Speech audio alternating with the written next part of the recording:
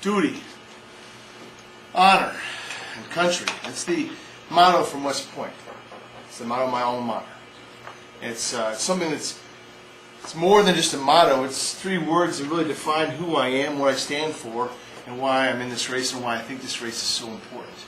It's more than just electing someone who's going to be able to change the D behind someone's name to an R, but it's really changing the focus of government, changing the focus of elections, changing the focus of candidacies.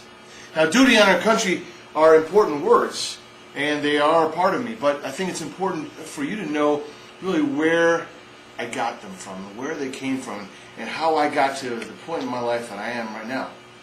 And it started many years ago when I was growing up on a farm here in south central Wisconsin, and every year when there's a 4th of July parade, we'd be there. Every year when there's a Memorial Day ceremony, my family would go.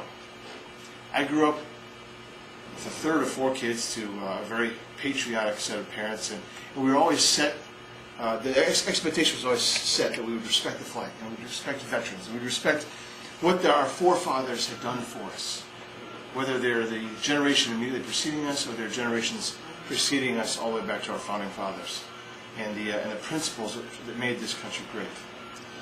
And I have a very close relationship with my parents. They're both actually here tonight, and they didn't know that I was going to call them out, but they're back there in the back.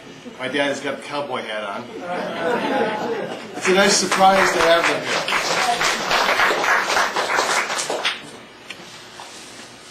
But it's important to talk about that, because when I went to West Point, by the time I got there, duty, honor, and country was already part of me. It wasn't something I had to learn when I got there. I was raised in the same morals and same values, same principles that you all live every day. And when I got the first opportunity to go home and see my family, after the first half of my plebe year at West Point, it was around Christmas time. So I wanted to get my dad something that was important to recognize what he meant to me and what my childhood meant to me, how he prepared me for West Point. And I couldn't find just the exact right thing until I came across this clock, and on the clock had the West Point crest, and then had an opportunity to engrave something on a plaque. And I just thought, the first thing that comes to my heart is what I'm going to put on this plaque. So I scribbled something down, and it said, "To Pop, who taught me more about duty, honor, and country than West Point ever could." That's where I'm from. That's what makes me up.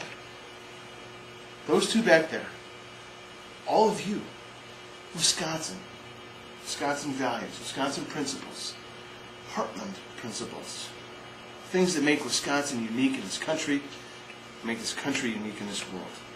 Now, there's no doubt that we are having challenges right now.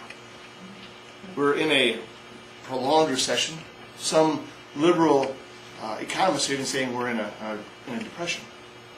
It's not good. It's not good for us right now. It's not good for future generations. We just saw almost 2 hours worth of horrific examples of why we have, and examples of our illegal immigration problems. There's no doubt that we have an issue there. No doubt that we have challenges with that. We also have issues with a war on terror.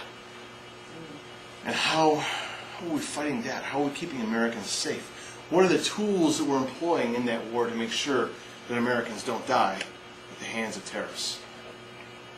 We've got challenges. We've got lots of challenges. But we also have simple solutions. The economy. We can fix the economy by putting more money back in our pockets, by cutting taxes or revising the tax structure altogether. Stop spending in Washington. Stop spending money we don't have, right? Which is sucking more money out of our economy than anything else.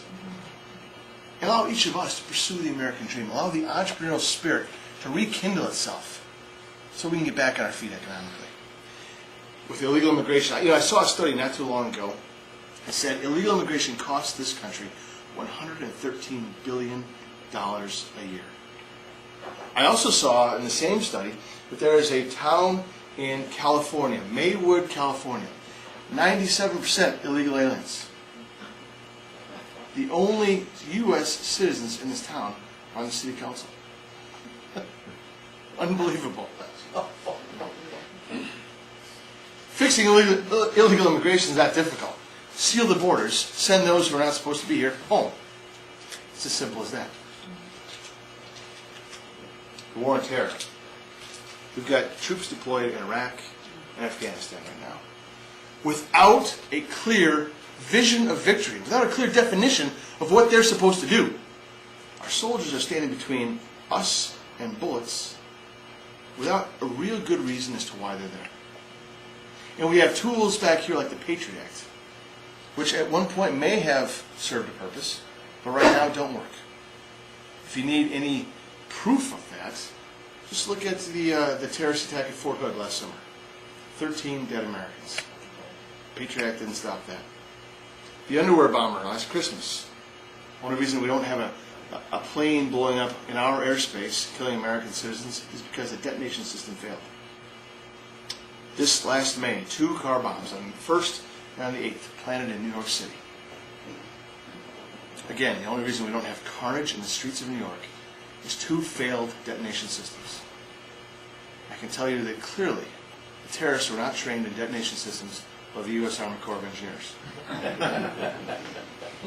All kidding aside, we have a tremendous issue here. The Patriot Act is not working. It's time for us to take this war on terror seriously and protect Americans.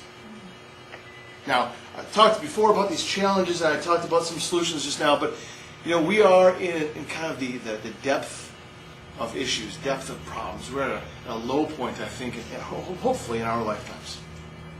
Which means if we're at a low point, all we have is opportunity to get better. I kind of liken this to the last few hours of darkness before a great new morning in America. Think about the opportunities. If we stand up and demand that our elected officials lead and represent us, we'll pull through this economic downturn. If we demand accountability, illegal immigration will not be a problem.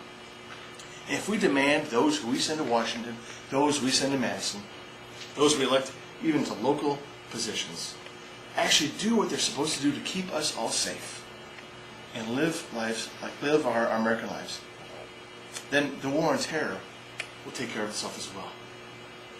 This is our opportunity, ladies and gentlemen. This is our time. This is our time of choosing. Are we going to choose to continue going down the path we're on right now toward an America that we don't recognize and that we don't want to hand off to our kids? Or are we going to choose that we've had enough? And it's time to stop this. It's time to demand America get back to its rightful place of leadership in this world, that the torch of liberty that we hold shines in all the dark places across the globe. It gives hope to those who don't have hope. Or we can demand that that torch just be lifted a little higher. And then we pass off to the next generation, they can carry it on to the generation following them. And the generation following them gets the same torch, and each time it gets a little brighter. We can do it. We need to do it. And it starts tonight. It starts in groups like this. It starts in groups like this all over the state. But it's up to us to choose. In this grand decision, in this time of choosing, we can choose to lead, follow, or get out of the way. American exceptionalism. You, me, we choose to lead. My name is Dave Westlake. I would be honored to be your next U.S. Senator. I'll take questions for as many hours as you want. Have a seat, Dave. No hesitation there, huh, Dan? All right, great. All right, let me get my pen and paper here. Start with our standard questions. These and questions are no different than we ask any candidate that comes. And then from there we'll take questions from the audience. Part of the reason is we want to make sure that we pick it up on video, on audio, and we've had some problems with people in the back that we can't hear what the questions were. Sure. And we do so many of these that you start to everything kind of gets blurred. So we'll do this, and we'll definitely have questions. Everybody's obviously input's important, so.